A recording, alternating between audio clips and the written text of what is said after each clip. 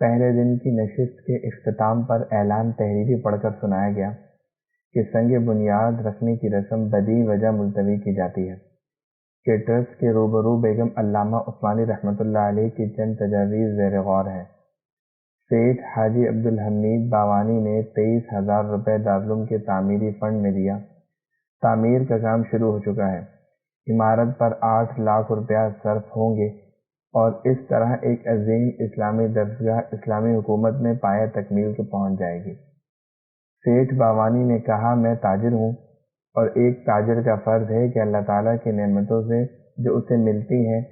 قوم، ملک اور دین کی خدمت کرے، اور اگر کوئی تاجر یہ فرض ادا نہیں کرتا تو وہ کفران نعمت کرتا ہے۔ تمام علماء اور مقررین نے عربی زبان کی ترویج پر زور دیا اور کہا عربی جاننا پاکستانی مسلمانوں کے لیے ازبز ضروری ہے۔ روزنامہ نئی روشنی 23 فروری 1955 جن لوگوں نے حضرت والد صاحب رحمۃ اللہ علیہ کی زبان سے یہ بات سنی کہ انہوں نے اس جگہ دارالعلوم کی تعمیر کو ملتوی کر دیا ہے، وہ دنگ رہ گئے۔ لوگوں نے کہا کہ یہ جگہ دارالعلوم کو الاٹ ہو چکی ہے، قانونی طور پر کسی کو اس میں مداخلت کا کوئی حق نہیں ہے، اور سرکاری مشینری نے بھی یقین دلایا ہے کہ ہم آپ کے ساتھ پوری طرح تعاون کریں گے۔ تعمیر کا نقشہ باضابطہ منظور ہو چکا ہے، کچھ کمرے بھی بن گئے ہیں۔ حاجی عبداللطیف باوانی صاحب نے تعمیر کے لیے 93,000 روپے کے عطیے کا اعلان کر دیا ہے۔ ملک بھر کے مشہور علماء تشریف لائے ہوئے ہیں۔ ان کی موجودگی میں افتتاحی جلسہ ہو چکا ہے۔ ایسی حالت میں جبکہ نانک واڑہ کی جگہ بہت تنگ ہو گئی ہے، اس جگہ سے دستبردار ہونا سخت بددلی اور بدنامی کا سبب ہوگا، لیکن حضرت والد صاحب رحمۃ اللہ علیہ نے فرمایا کہ میں دارالعلوم کی بنیاد اپنے استاذ کی اہلیہ محترمہ کے ساتھ جھگڑے پر نہیں رکھ سکتا، بلکہ میرے بڑے بھائی حضرت مولانا مفتی محمد رفیع عثمانی صاحب کا بیان ہے کہ حضرت والد صاحب رحمۃ اللہ علیہ نے مجلس منتظمہ سے کہا کہ چونکہ زمین مجلس منتظمہ کو الاٹ ہو چکی ہے، اس لیے آپ کو پورا حق ہے کہ آپ قانون کے مطابق تعمیر کی کارروائی جاری رکھیں، لیکن میں اس کا حصہ نہیں بنوں گا اور اپنے مدرسے کا کام نانک واڑہ میں اس وقت تک جاری رکھوں گا جب تک کوئی زمین کسی جھگڑے کے بغیر نہیں مل جاتی۔ اس کے بعد حکیم محمد سعید صاحب مرحوم اور خان بہادر فضل کریم صاحب کو حضرت رحمۃ اللہ علیہ کے اعزہ سے بات چیت کرنے کے لیے بھیجا گیا۔ ان حضرات نے جو مطالبات پیش کیے، ان میں سے بیشتر حضرت والد صاحب رحمۃ اللہ علیہ نے مان لیے۔ مثلاً یہ کہ ان کی پہلی تجویز یہ تھی کہ مدرسہ حضرت علامہ عثمانی رحمۃ اللہ علیہ کے نام سے قائم ہو۔ اس پر پہلے ہی عمل ہو چکا تھا۔ جو بورڈ لگایا گیا تھا اس پر واضح لفظوں میں بیاتگار شیخ الاسلام حضرت علامہ شبیر احمد عثمانی رحمۃ اللہ علیہ لکھا ہوا تھا۔ ان کا دوسرا مطالبہ یہ تھا کہ جناب فضل حق صاحب کو حضرت علامہ رحمۃ اللہ علیہ کے مزار اور اس کی قریبی مسجد کا متولی بنایا جائے۔ حضرت والد صاحب رحمۃ اللہ علیہ نے اس کو بھی منظور کر لیا، لیکن ان کا تیسرا مطالبہ یہ تھا کہ مدرسے کا ٹرسٹ تبدیل کر کے اسے علامہ عثمانی ٹرسٹ بنایا جائے، جو حضرت علامہ عثمانی رحمۃ اللہ علیہ کے ورثاء پر مشتمل ہو۔ یہ بات اصولی طور پر اول تو اس لحاظ سے غلط تھی کہ ایک وقف تعلیمی ادارے کو ہمیشہ کے لیے وراثت کی بنیاد پر قائم نہیں کیا جا سکتا۔ دوسرے، زمین کا الاٹمنٹ دارالعلوم کی مجلس منتظمہ کے نام ہو چکا تھا، اسے توڑے بغیر اس مطالبے پر عمل ممکن نہیں تھا، جو موجودہ حالات میں عملاً تقریباً ناممکن تھا، اور سرکاری حلقے بھی اس پر راضی نہیں تھے۔ تیسرے، حضرت علامہ رحمۃ اللہ علیہ کے ورثاء میں ایک حضرت مولانا محمد یحییٰ صاحب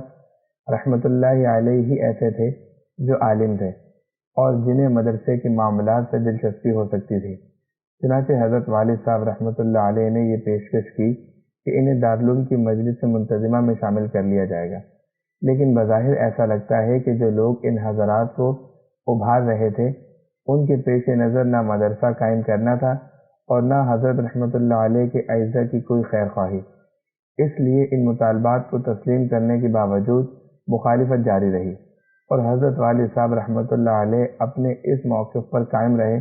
کہ مدرسے کی بنیاد جھگڑے پر رکھنا نہیں چاہتا، اور بالخصوص اپنے استاذ کی اہلیہ محترمہ کو ناراض کر کے۔ حضور نبی اکرم صلی اللہ علیہ وآلہ وسلم کی ایک حدیث حضرت والد صاحب رحمۃ اللہ علیہ بکثرت سنایا کرتے تھے کہ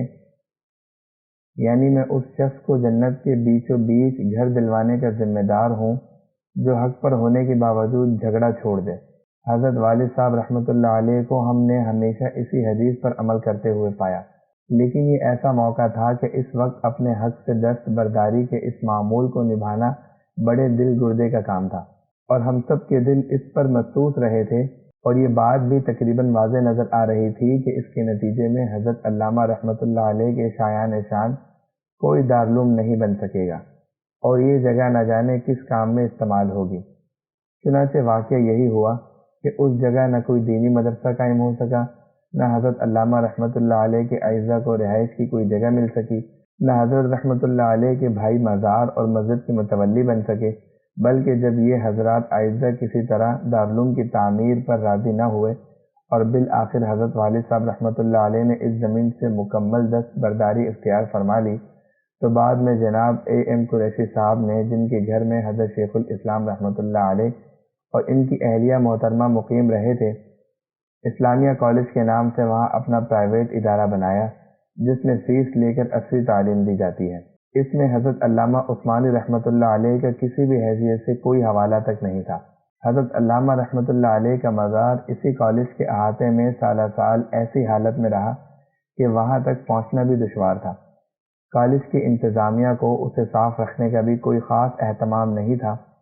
پھر سالوں بعد میری فرمائش پر جنرل محمد ضیاء الحق صاحب مرحوم نے اس کا راستہ الگ کر کے اسے قابل رسائی بنایا،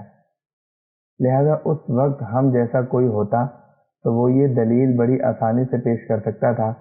کہ اگر ہم نے یہ جگہ چھوڑ دی تو اس جگہ پر کوئی بھی ایسا کام ہو سکتا ہے جو حضرت علامہ رحمۃ اللہ علیہ کی حرمت کے خلاف ہو، لیکن جس دل میں اللہ تعالیٰ کی رضا کے سوا کوئی اور مصلحت نہ تھی، اس کا فیصلہ یہی تھا کہ دارالعلوم کی بنیاد جھگڑے پر رکھنی درست نہیں۔ حضرت والد صاحب رحمۃ اللہ علیہ نے اپنے بزرگوں سے یہی سیکھا تھا۔ قطب الارشاد حضرت مولانا رشید احمد صاحب گنگوہی قدس سرہ نے بھی حضرت شیخ عبد القدوس گنگوہی رحمۃ اللہ علیہ کی ویران پڑی ہوئی خانقاہ کو آباد کر کے وہاں قرآن و حدیث کی تعلیم کا مبارک سلسلہ جاری فرمایا تھا، لیکن جب شیخ کے سجادہ نشینوں نے اعتراض کیا تو سالہ سال جاری رہنے والے تعلیمی سلسلے کو ایک لمحے تأمل کے بغیر وہاں سے بے سر و سامانی کے ساتھ مسجد میں منتقل کر دیا تھا۔ حضرت والد صاحب رحمۃ اللہ علیہ انہی کے روحانی وارث تھے، اس لیے ان کا فیصلہ ہم سب کے لیے کتنا حیرت انگیز اور کتنا تکلیف دے رہا ہو، ان کے لیے معمول کے مطابق تھا۔ وہ یہ سمجھتے تھے کہ اگر اللہ تعالیٰ کو منظور ہوگا تو وہ دارالعلوم کے لیے کوئی اور بہتر جگہ عطا فرما دیں گے۔ اسی لیے میں نے بڑے بڑے علماء کو یہ فرماتے ہوئے سنا کہ حضرت مفتی صاحب کو سرہ کا تنہا یہ عمل ان کی عظمت، کردار اور صدق و اخلاص کا اعلیٰ مقام ثابت کرنے کے لیے کافی ہے۔ علامہ عثمانی رحمۃ اللہ علیہ کے مزار کے قریب والی زمین کا یہ واقعہ جمادی الثانیہ 1374 ہجری کا ہے۔ اس کے بعد ہمارا تعلیمی سال شعبان میں ختم ہو گیا اور شوال 1374 ہجری سے نیا سال شروع ہوا، لیکن یہ حضرت والد ماجد رحمۃ اللہ علیہ کے اخلاص اور توکل کی برکت تھی کہ اس واقعے کو چند مہینے ہی گزرے تھے کہ اللہ تعالیٰ نے اس سے کہیں زیادہ بڑی زمین شرافی گوٹ میں عطا فرما دی، جس کی تفصیل میں انشاءاللہ آگے ذکر کروں گا۔